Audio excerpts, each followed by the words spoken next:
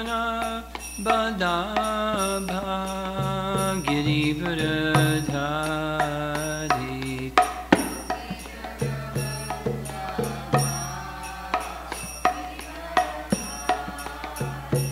Gopijana Balabha Girivardhari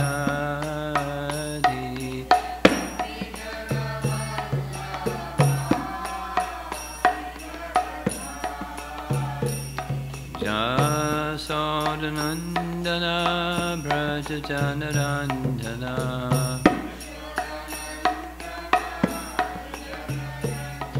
Jasodanandana Brajajanarandana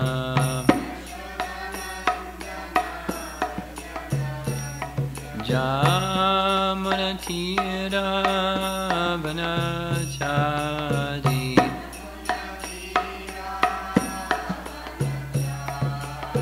Jamunatira Vanachari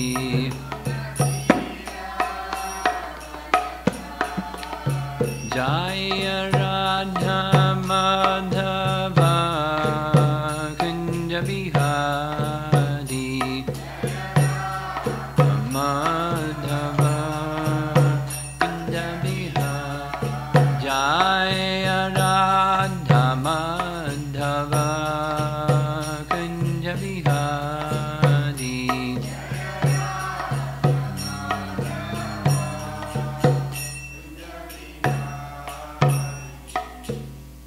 Jaya Vishnupad Parabahungsa Parivajagacharya Astatarasta Srimada's Divine Grace A.C. Bhaktivedanta Swami Srila Prabhupada Ki Ananta Koti Vaishnavrinda Ki Grantaraj Srimad Bhagavatam Ki Gaur Premanandi.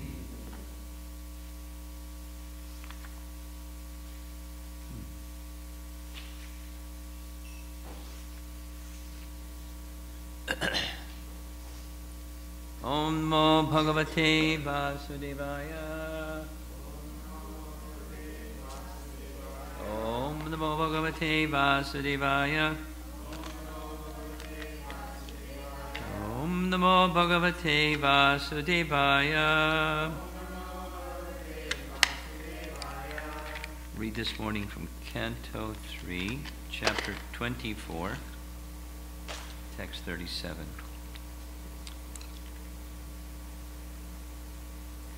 Esha Atmapato Vyakto Nashta Kalena Bhuyasa Tam Pravartayatam Deham Imam Vidhi Maya Bhritam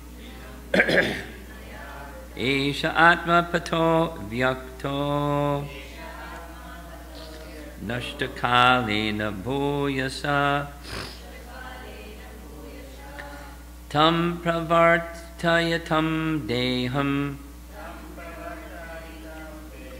Imam Vidhi Maya Bhritam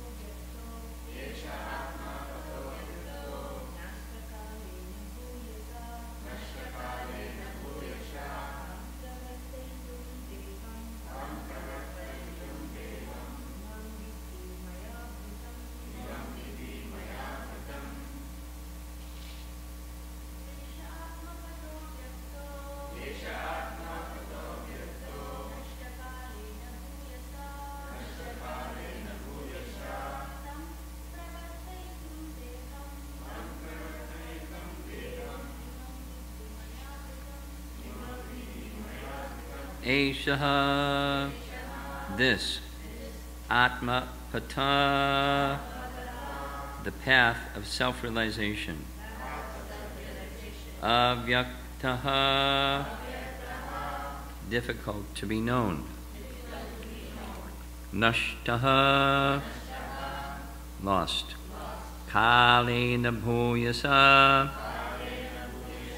in the course of time. Tam, this. Pravartayatam, to introduce again. Deham, body. Imam, this. Vidhi, please know. Maya, by me. Britam, assumed. Translation. This path of self-realization, which is difficult to understand, has now been lost in the course of time. Please know that I've assumed this body of Kapila to introduce and explain this philosophy to human society again. Purport by Srila Prabhupada. It is not true that Sankhya philosophy is a new system of philosophy introduced by Kapila, as material philosophers introduce new kinds of mental speculative thought to supersede that of another philosopher. On the material platform, everyone, especially the mental speculator, tries to be more prominent than others. The field of activity of the speculators is the mind. There is no limit to the different ways in which one can agitate the mind. The mind can be unlimitedly agitated, and thus one can put forward an unlimited number of theories. Sankhya philosophy is not like that. It is not mental speculation. It is factual. But at the time of Kapila, it was lost.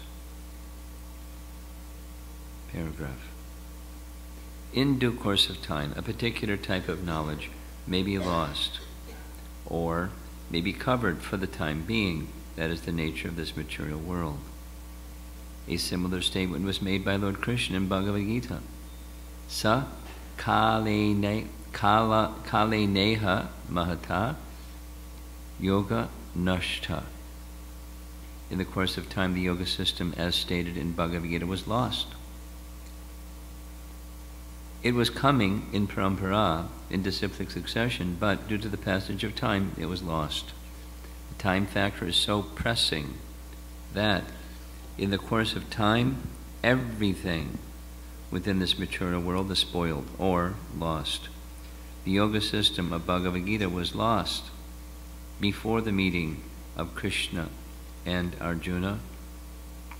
Therefore, Krishna again enunciated the same ancient yoga system to Arjuna, who could actually understand Bhagavad Gita. Similarly, Kapila also said that the system of Sankhya philosophy was not exactly being introduced by him, semicolon.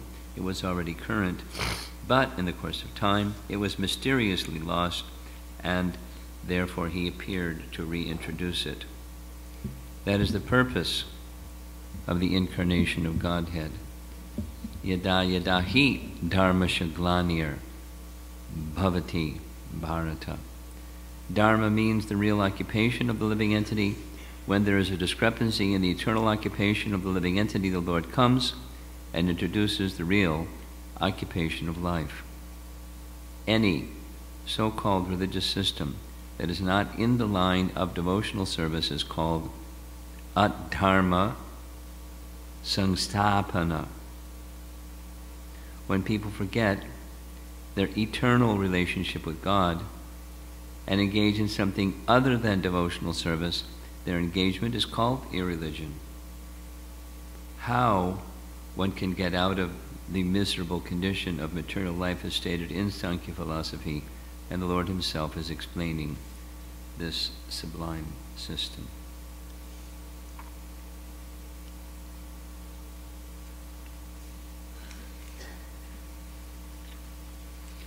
two main points in the purport. The Sankhya system is eternal, and it was being represented because it had been lost by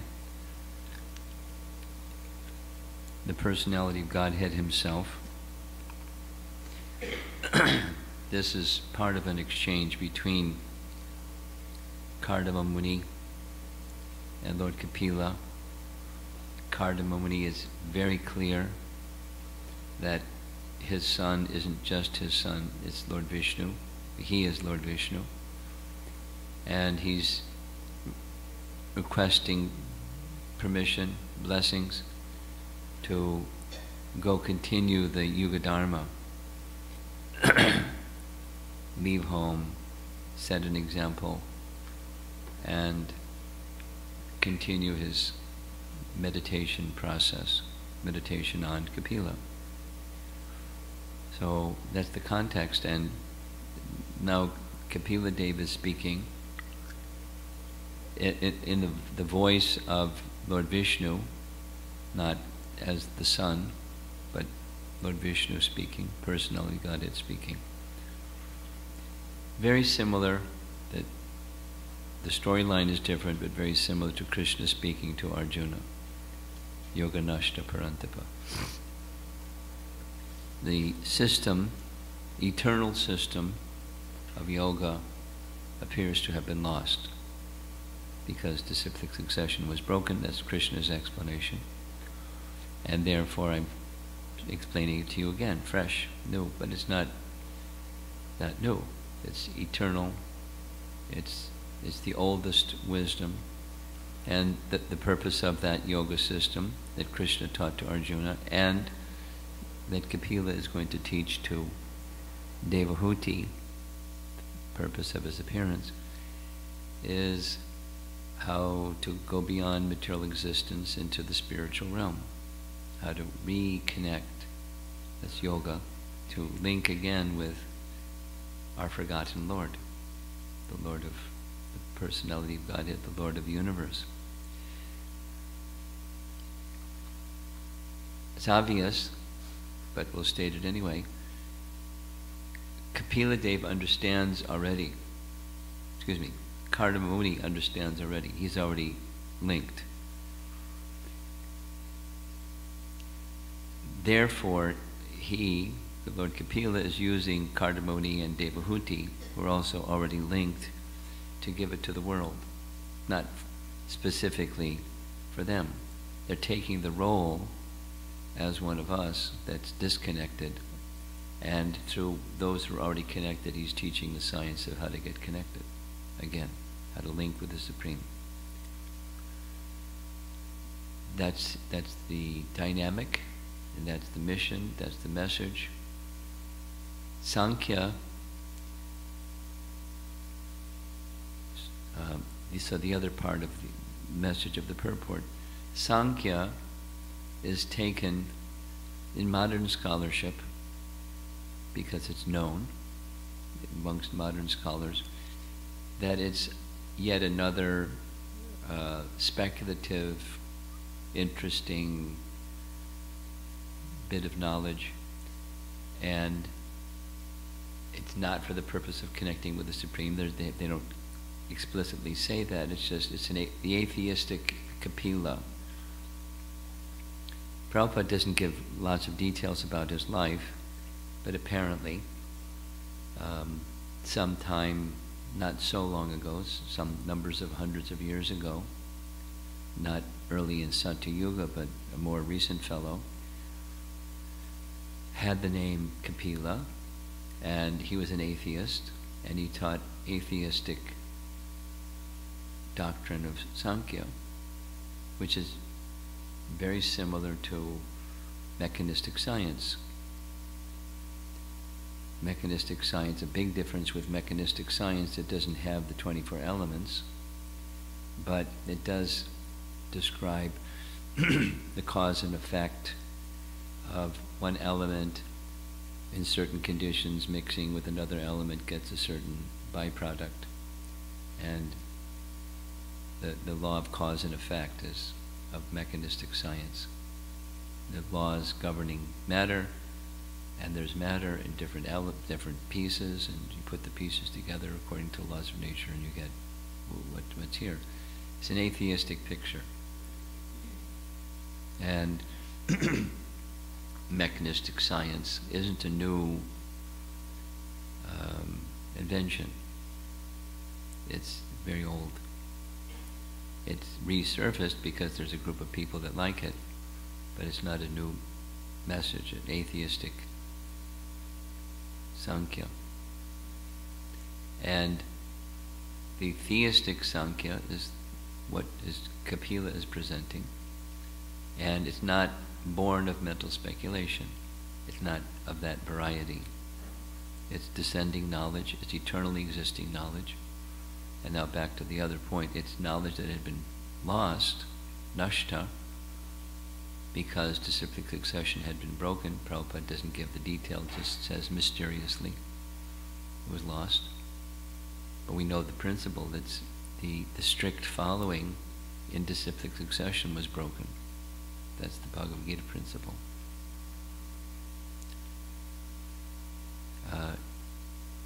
Connecting that to our life in ISKCON, modern circumstances, our disciplic line, particularly our founder Acharya, but credit also goes to the predecessor Acharya Bhaktisiddhanta, and before him Bhaktivinoda Thakur, and going all the way back to Vyas and going back to Narada, desired very much that persons in this age of Kali become, same as the language here, become free from material contamination, free from material existence. The sufferings of the age of Kali should be mitigated, and these two-pronged, the chanting of the holy name and the propagation of transcendental knowledge. Therefore, Bhaktivinoda Thakur was very keen. It was just during his lifetime that printing presses became invented and available and popular to some extent. So he took full advantage, Bhaktivinoda took full advantage of printing and as a means of propagation. And he taught his son in detail, not like how to run a printing press, but how to do book publication, editing, and everything that's involved in book publication. And Bhaktisiddhanta took that up. And Bhaktisiddhanta, showing that example, inspired Srila Prabhupada to take it up.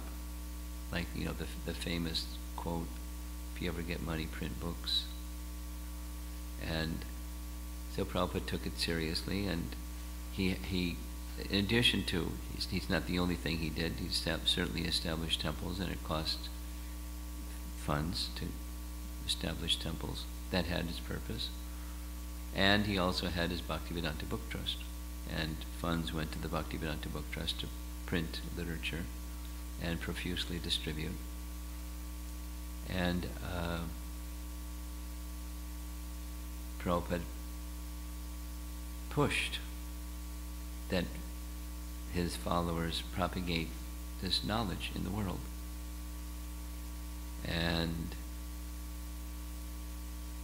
there's a very substantial, there's a very substantial upsurge again. Not entirely, of course, but a huge credit goes to Vaisheshika Prabhu for his efforts to inspire, revitalize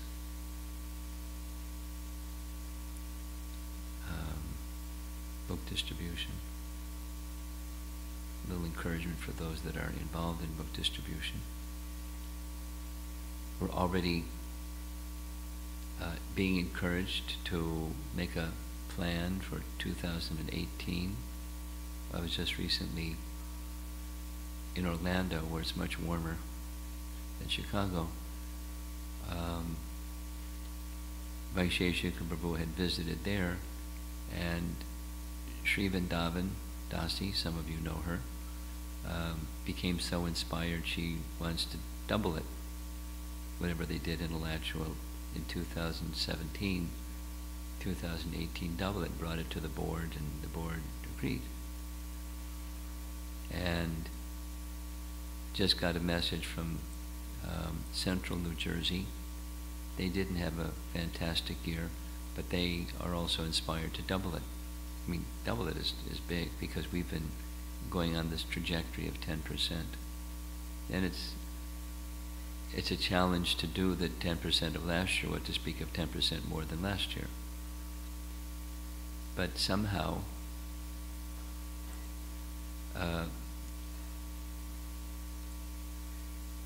there's a big increase in book distribution. And the big increase in book distribution is, it's not, sometimes there's a, excuse me for going off on a tangent, but sometimes there's this criticism that we distribute books, but what's the fruit?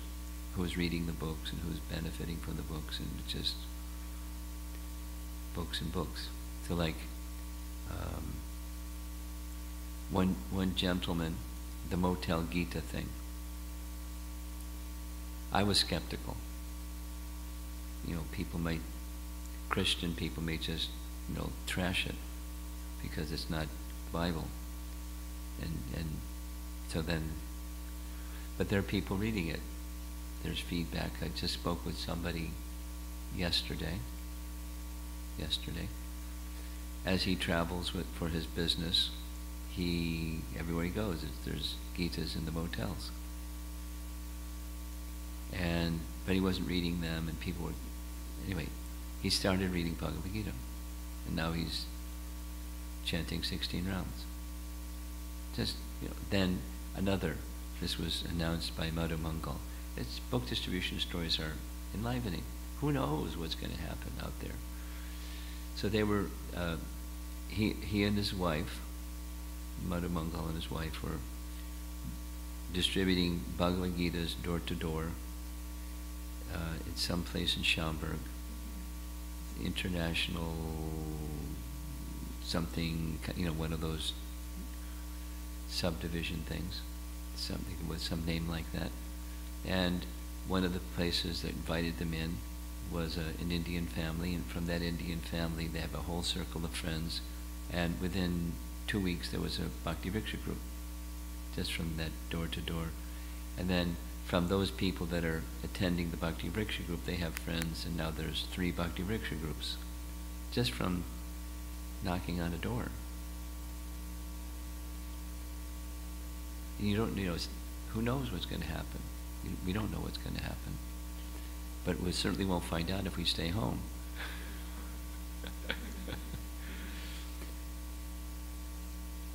And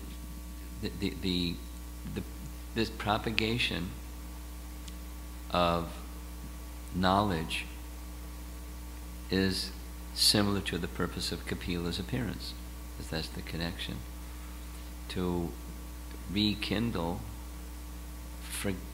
this ancient knowledge that's forgotten of yoga, linking with the Supreme. Now, the form of it may vary. In other words, within Bhagavad Gita there's some sections that are Sankhya, but the whole of Bhagavad Gita is not simply Sankhya, but the teaching of Kapila is Sankhya. But the purpose of both, this model, that model, is reconnecting with the Supreme, linking with the Supreme through devotion. Even the Sankhya philosophy, that's its purpose. Not born of mental speculation, because by mental speculation you can't. Notionally you can think about, but it's not the same as connecting through practical activity in service to the Supreme. That's bhakti. There's a science to it, and it comes to one in this descending fashion. So those who are assisting Kapila Dev and Krishna and our disciplic succession, representing them, it's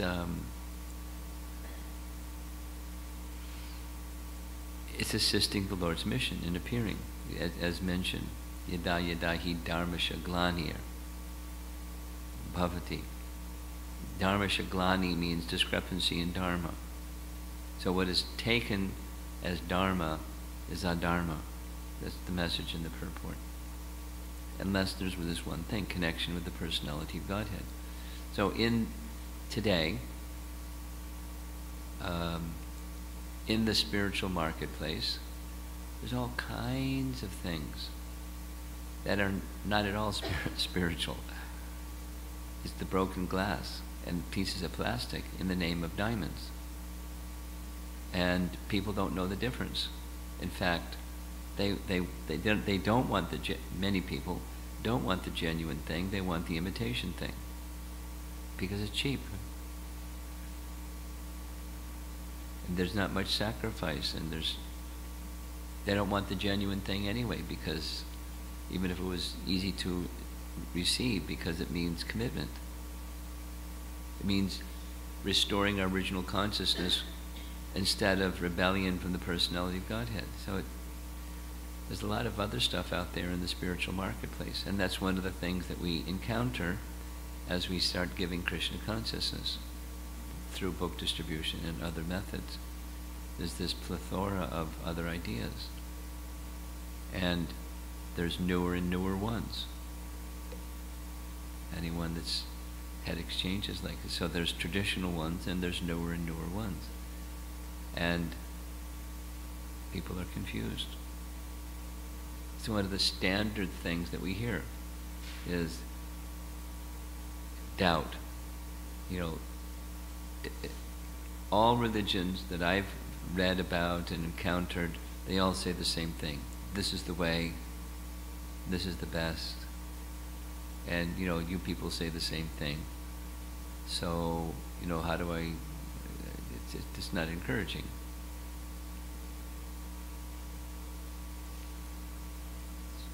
Anyway, that's part of the obstacle of the abundance of either gross misinformation or little pieces that aren't whole. Some beneficial something or other that people, when people do it, they experience something and they go, wow, this must be it. Because they experience something. Anyway.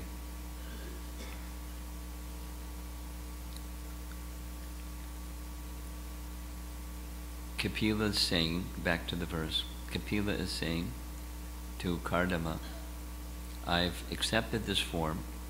Srajami is the message of Bhagavad Gita. It's not like putting on a garment. It's cold out, so we put a jacket on or a coat. Not like a garment. It's a spiritual form. He manifests or assumes that spiritual form and presents something that's eternal, because that knowledge is lost. And it's not of a speculative nature, it's of an eternal, descending nature. So, he has come, last point, he came in reciprocation with Karma Muni's desire to have the Supreme Lord as his son.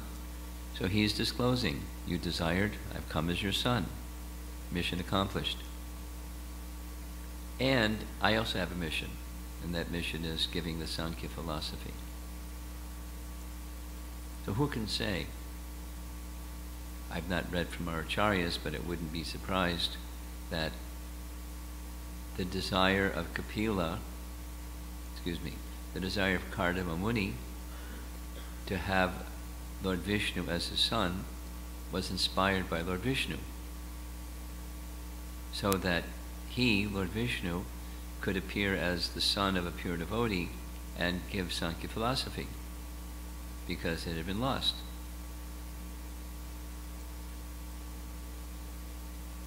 But however, whichever way one looks at it,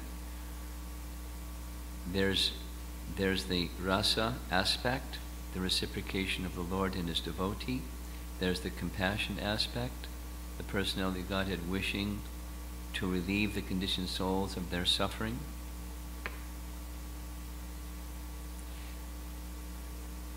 There's multiple purposes when the personality of Godhead appears.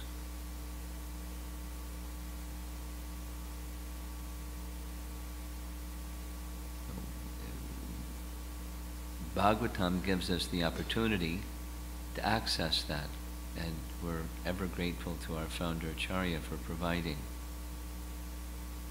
his Bhaktivedanta purports. A labor of love for us to have this boat to cross the ocean of material existence, and to give us the opportunity to share that same access with others. Very merciful. Okay, so any discussion?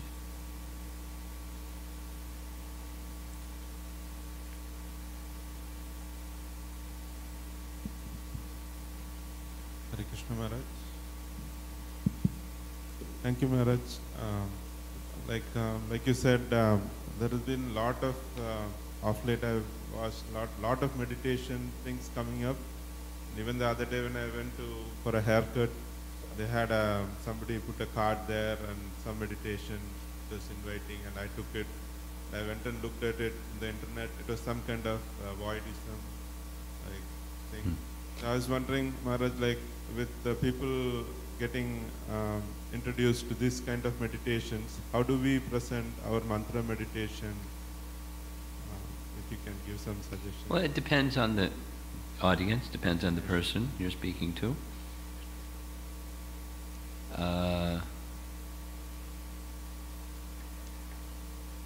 Some categories of things to choose from.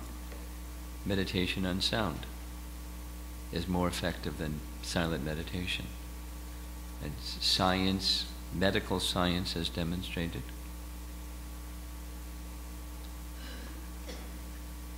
Of the processes, not similar, but of the processes of meditation, this is very specific and authorized and meant for this age. It's so easy, even a child can do. It doesn't require to do the other. Here's what it, read Bhagavad Gita, here's what it says you have to do. Go to the forest, sit in a quiet place, on a deerskin or soft cloth, and for eyes half open, half closed, and it's not sitting in your living room. There's the procedure. And if you want to do it properly, there's the procedure. And then another, depends on the person, but without the heart becoming cleansed, then the meditation isn't going to sustain. Have you had the experience, my dear friend, that you do your meditation and it helps you become elevated nicely, this other consciousness, this other space, and then you come back down?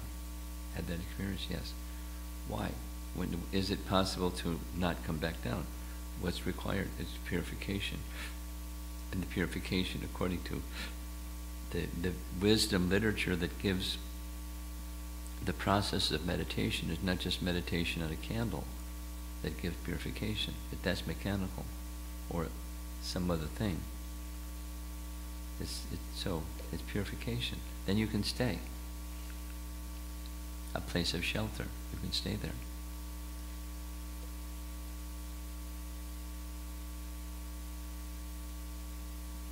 Then depending on the person, there's within Bhagavad Gita and Srimad Bhagavatam, there's abundant examples of persons who, through mantra meditation upon sound, there's the example. Anyway, it depends on the person. Yes. Hare Krishna Maharaj. My question is somewhat related to the topic that we discussed over the weekend, the main theme. The topic about what? The topic or the theme over the weekend, remembering Krishna. Okay. Okay. at every moment. Okay. So my question is, does studying Sankhya philosophy help us in any way remembering Krishna Sure. in a better way? Sure. Well, there's multiple, but one really important one is to see everything connected from its source, with its source. We're not seeing things connected to their source. Sankhya teaches everything has a source. And the unfolding of creation from subtle to gross and further grows and further grows, it's all connected to the source. And so meditation goes to the source. Even when you're dealing with some of the downstream effects of the original cause.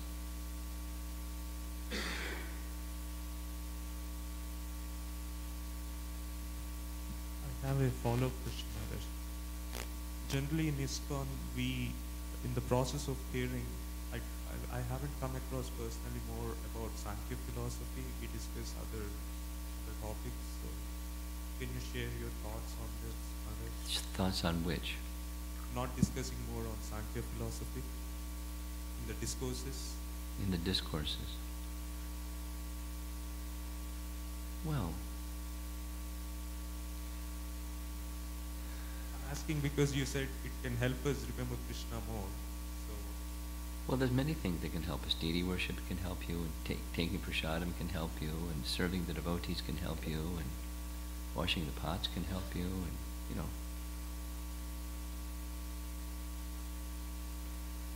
It's in Bhagavad Gita 3 times, 3 places. So it's there. If you read Bhagavad Gita, it's there. It doesn't have a big banner that says Sankhya philosophy, but it's there. It's part of the yoga system that Krishna teaches. And it just so happens there's an expanded section because he's one of the incarnations. That's one of the questions in chapter 1. So a response is to give this detail of Kapila.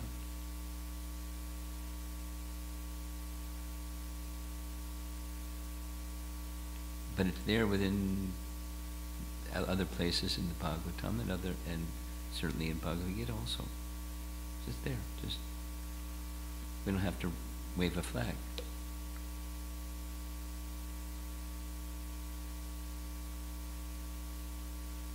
Something else?